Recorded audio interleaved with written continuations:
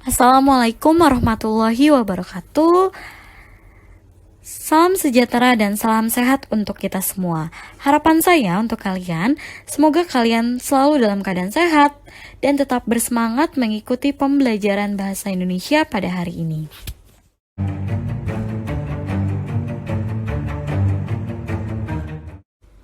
Pada kesempatan kali ini, kita akan mempelajari tentang struktur dari teks pidato persuasif.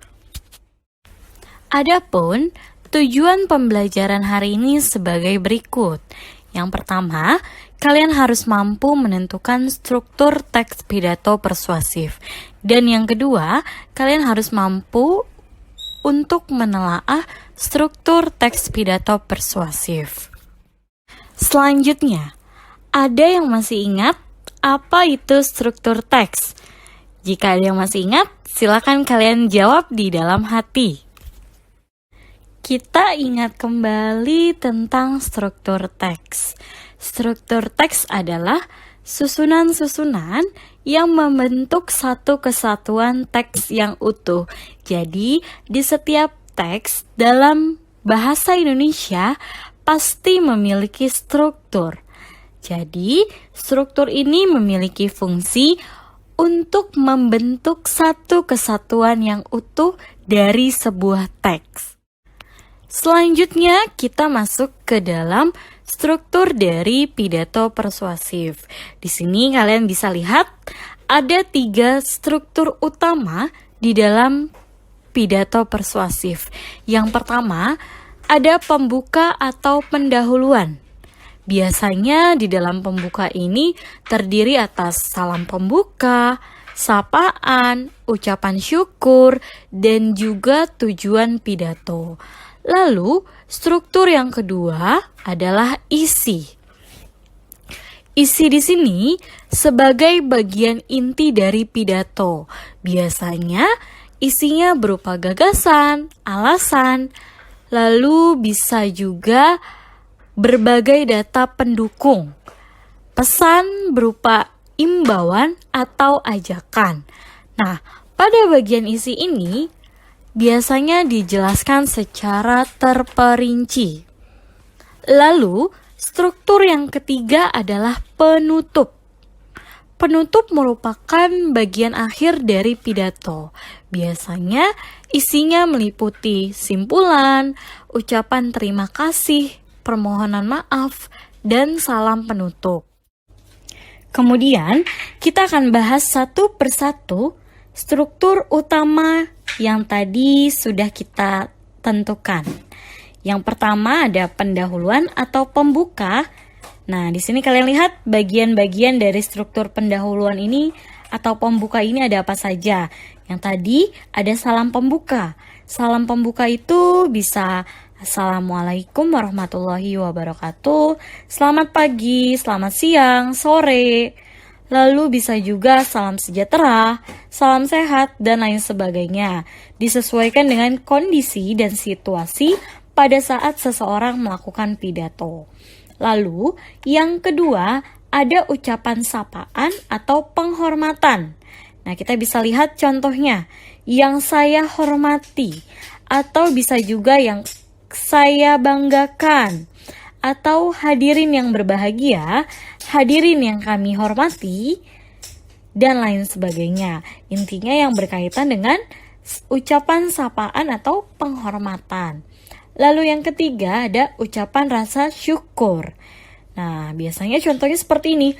Pertama-tama, marilah kita haturkan puji dan syukur kehadirat Tuhan Yang Maha Esa. Atau bisa juga menggunakan variasi kalimat yang lain. Lalu selanjutnya adalah tujuan pidato. Nah, tujuan pidato biasanya disampaikan pada bagian pendahuluan atau bagian pembuka. Contoh kalimatnya seperti ini. Pada kesempatan ini, saya mohon izin untuk menyampaikan pidato tentang ajakan menggunakan masker di era pandemi COVID-19, misalnya seperti itu. Nah, lalu dari keempat struktur ini, kalian perhatikan struktur bagian yang kedua, yaitu ucapan sapaan atau penghormatan.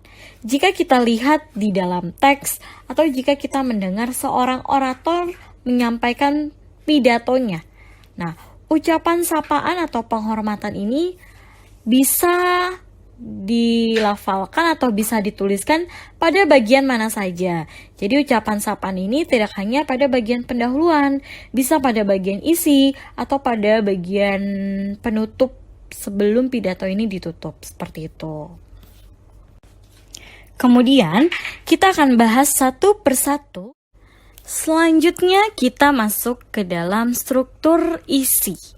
Nah, seperti struktur bagian pendahuluan atau pembuka, di struktur isi ini memiliki bagian-bagian lain. Ada 3 bagian.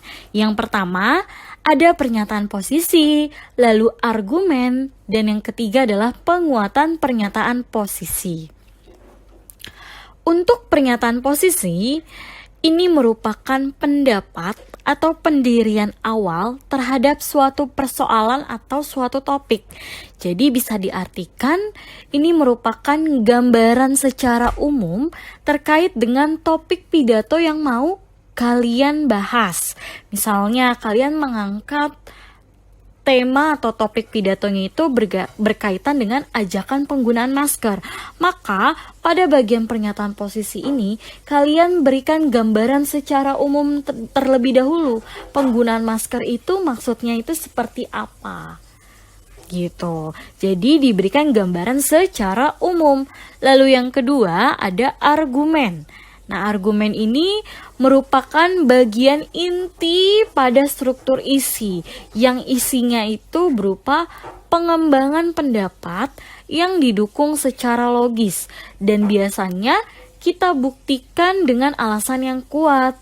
Lalu kita berikan contoh, bukti, data, dan informasi yang sifatnya itu adalah akurat.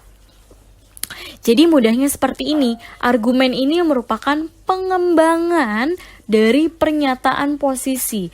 Jadi kita jelaskan secara lebih rinci lagi topik atau tema yang kita mau sampaikan di dalam pidato persuasif. Kira-kira seperti itu. Lalu yang ketiga, ada penguatan pernyataan posisi. Nah, penguatan pernyataan posisi ini isinya itu berisi tentang simpulan dari isi pidato tersebut. Seperti yang kita ketahui bahwa tujuan dari pidato persuasif itu adalah mengajak, ya. Maka di sini pada penguatan pernyataan posisi ini isinya itu berkaitan dengan ajakan atau untuk mempengaruhi si pembaca atau si pendengar. Jadi saya ulangi, untuk penguatan pernyataan posisi merupakan bagian simpulan yang isinya itu merupakan sebuah ajakan.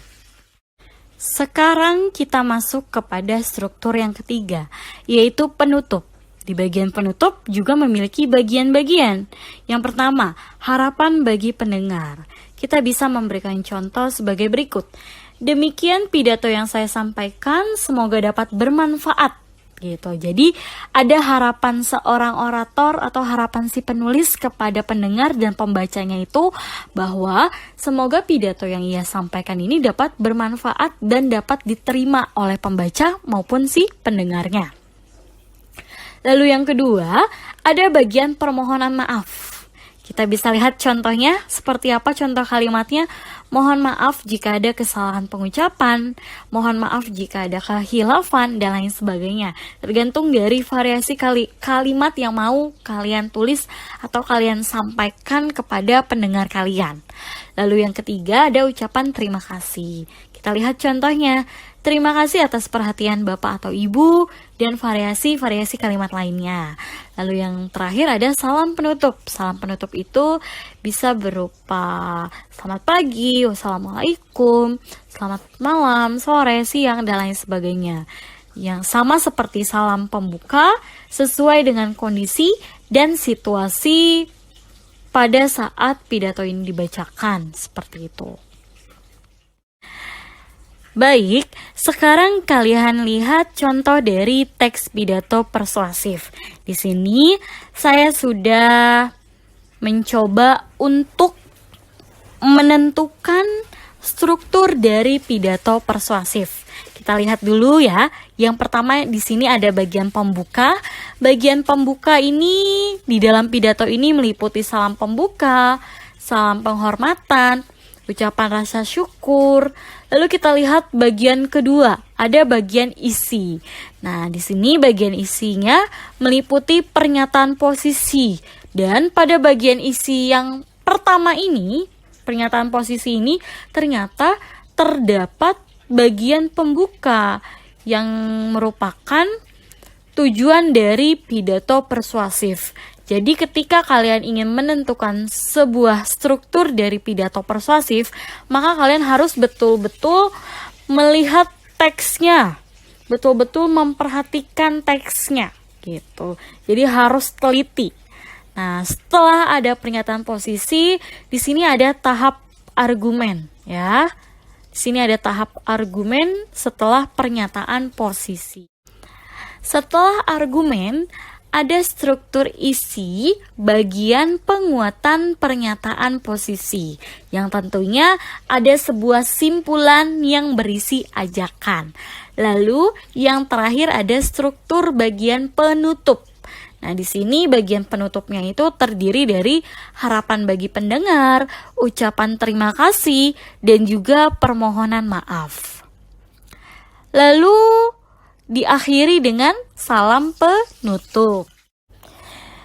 Baik, di sini saya sudah memberikan contoh bagaimana kalian menelaah struktur pidato persuasif. Kalian sudah kelas 9, maka dalam menelaah atau menganalisis itu harus betul-betul lebih detail, harus lebih terperinci lagi gitu. Jadi tidak lagi seperti kelas 7 dan kelas 8. Kalian menelaah atau menganalisisnya itu hanya menyebutkan saja strukturnya, tidak lagi seperti itu. Nah, kita lihat struktur penutup yang akan kita telaah. Kita lihat cara menelaahnya. Kalian harus menuliskan sebuah kalimat yang menerangkan ini struktur apa, lalu letaknya itu pada paragraf keberapa. Dan bagian-bagiannya ini letaknya itu pada kalimat keberapa. Kita lihat contohnya. Paragraf di atas termasuk ke dalam bagian struktur penutup dalam pidato persuasif. Struktur penutupnya ini terdiri dari harapan bagi pendengar, terletak pada kalimat kedua, ucapan terima kasih letaknya pada kalimat ketiga, permohonan maaf kalimat keempat, lalu pada kalimat di akhir teks terdapat salam penutup. Nah, begitu pula nanti ketika kalian menelaah struktur pembuka atau pendahuluan. Model menelaahnya itu sama seperti struktur bagian penutup. Selanjutnya, kita coba menelaah struktur bagian isi. Jika kita perhatikan,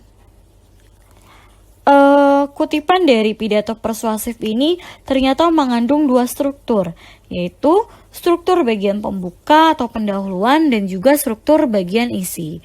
Nah, kalau seperti ini kalian tinggal lihat saja untuk struktur bagian pembukanya ini memuat bagian apa? Ternyata memuat bagian tujuan pidato yang terletaknya itu pada kalimat pertama. Lalu kemudian untuk struktur bagian isi ini ternyata memuat bagian pernyataan posisi terletak pada kalimat 2 sampai dengan 3. Lalu kalian jelaskan pernyataan posisi ini berisi tentang apa? Tentang pengantar atau penjabaran secara umum terkait dengan topik perkembangan zaman. Begitu pula nanti ketika kalian ingin menelaah struktur isi bagian argumen. Nah, kalian lihat bagian argumen ini letaknya itu pada paragraf keberapa sampai paragraf keberapa. Lalu isinya itu apa saja argumen yang disampaikan. Kalian cari argumen-argumen yang memang penting saja. Dan begitu pula pada bagian pernyataan penguatan posisi. Kalian tinggal lihat itu pada paragraf keberapa, lalu isinya itu mengajak untuk apa. Nah, inilah bagaimana cara kalian untuk menelaah teks pidato persuasif. Demikianlah pemaparan materi kita pada hari ini. Semoga bermanfaat dan dapat diterima dengan baik oleh kalian. Saya mohon maaf jika ada kesalahan. Terima kasih. Wassalamualaikum warahmatullahi wabarakatuh.